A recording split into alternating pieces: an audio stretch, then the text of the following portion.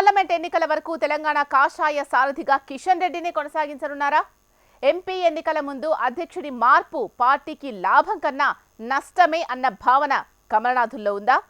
గత ఎన్నికల అనుభవాలను దృష్టిలో పెట్టుకొని అధ్యక్ష మార్పుకు జాతీయ నాయకత్వం ఆచితూచి అడుగులు వేస్తోందా? ఇంతకీ అధ్యక్ష మార్పుపై బీజేపీలో జరుగుతున్న రచ్చ ఏంటి? Watch this. పార్లమెంటు ఎన్నికల వరకు బీజేపీ అధ్యక్షుడిగా ఆయనే కొనసాగుతారా? తెలంగాణ కాషాయ సారథిగా కిషన్ రెడ్డి కంటిన్యూ అవుతారా? అధిష్టానం ఆలోచన ఏంటి? ఒకవేళ అధ్యక్షుడిని మారిస్తే ఎవరికి ఆ ఛాన్స్ ఇస్తారు?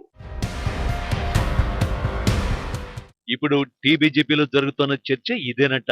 అయితే పార్లమెంటు ఎన్నికలు దగ్గర పడుతున్న నేపథ్యంలో కొత్తగా ఎటువంటి ప్రయోగాలు చేయకుండా కిషన్ రెడ్డిని కొనసాగించాలని ఓవైపు అధిష్టానం యోచిస్తోందట. మరో 2 నెలల్లో పార్లమెంటు ఎన్నికల షెడ్యూల్ రానుంది. ఈ టైంలో రాష్ట్ర అధ్యక్షుడిగా కొత్త వారిని నియమిస్తే సర్దుకోవడానికి సమయం పడుతుందని, అందుకే కిషన్ రెడ్డి సారథ్యంలోనే తెలంగాణలో పార్లమెంటు ఎన్నికలకు వెళ్లే యోచనలో పార్టీ హైకమాండ్ ఉందట. గత పార్లమెంటు ఎన్నికల్లో బీజేపీ 4 ఎంపీ స్థానాల్లో విజయం సాధించింది. అయితే ఈసారి కనీసం 10కి తగ్గకుండా ఎంపీ స్థానాల్లో గెలుపొందాలని కమలం పార్టీ లక్ష్యంగా పెట్టుకున్నట్టు తెలుస్తోంది.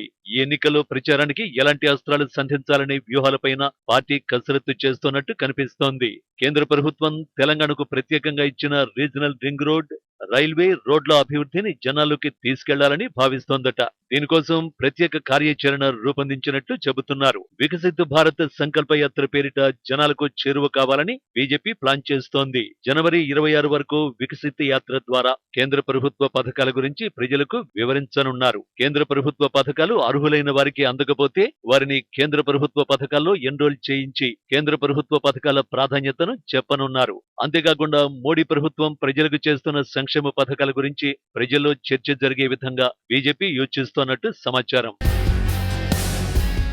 ఇక రాష్ట్ర నేతల మధ్య ఆధిపత్య పోరుకు చెక్ పెట్టడం పైన బీజేపీ జాతీయ నాయకత్వం దృష్టి సారించినట్టు సమాచారం. ఆధిపత్య పోరుకు తెరపడేలా సౌమ్యుడిగా ముద్రపడ్డ కిషన్ రెడ్డిని కొనసాగించాలని జాతీయ నేతలు భావిస్తోన్నట్టు తెలుస్తోంది. ఇదిలా ఉండగా దక్షిణ భారతంలో కర్ణాటక, తెలంగాణలో కాంగ్రెస్ అధికార పగ్గాలు చేపట్టింది. దీన్ని సీరియస్ గా తీసుకున్న అధిష్టానం సౌత్ లో ఎక్కువ మొత్తంలో పార్లమెంటు స్థానాలు గెలుచుకోవడంపై ప్రణాళికలు రచించనున్నట్టు సమాచారం. సౌత్ లో కాంగ్రెస్ కు సవాలు విసరాలని భావిస్తోంది. అసెంబ్లీ ఎన్నికల్లో కేవలం 8 సీట్లకే పరిమితం కావడంతో మరోసారి అలాంటి తప్పిదాలు చేయకుండా పార్టీ జాగ్రత్తలు తీసుకోనున్నట్టు పార్టీ వర్గాల్లో చర్చ జరుగుతోంది. గెలుపు గుర్రాలకే పార్లమెంటు టికెట్లు కేటాయించాలని పార్టీ భావిస్తోంది. మరి హైకమాండ్ వ్యూహాలు ఎంతవరకు సక్సెస్ అవుతాయనేది రాజకీయ వర్గాల్లో ఆసక్తిని రేపుతోంది. తెలంగాణ అసెంబ్లీ ఎన్నికల్లో ఎదురైన అనుభవాల నేపథ్యంలో బీసీలకు ఎక్కువ సీట్ల కేటాయింపు సూత్రాన్ని పక్కన పెట్టి గెలుపు గుర్రాలకే పార్లమెంటు టికెట్లు కేటాయించే ఛాన్స్ కనిపిస్తోంది. అలాగే ఇటీవల అసెంబ్లీ ఎన్నికల్లో నియోజకవర్గ, జిల్లా స్థాయిల్లో గెలుపోటములపై ఇప్పటికే నివేదికను సిద్ధం చేశారు. అసెంబ్లీ ఎన్నికల ఫలితాలను సమీక్షించుకొని పార్లమెంటు ఎన్నికలకు రెడీ కావాలని కమలనాథులు లెక్కలు వేస్తున్నారు. వారి లెక్కలు ఏ మేరకు వర్కౌట్ అవుతాయో చూడాలి. అసెంబ్లీ ఎన్నికల ముందు బండి సంజయ్ ని రాష్ట్ర అధ్యక్ష పదవి నుంచి తొలగించడంతో మొన్నటి అసెంబ్లీ ఎన్నికల్లో పార్టీకి ఇబ్బందికర పరిస్థితులు ఎదురయ్యాయనే టాక్ ఆ పార్టీలో జోరుగా సాగుతోంది.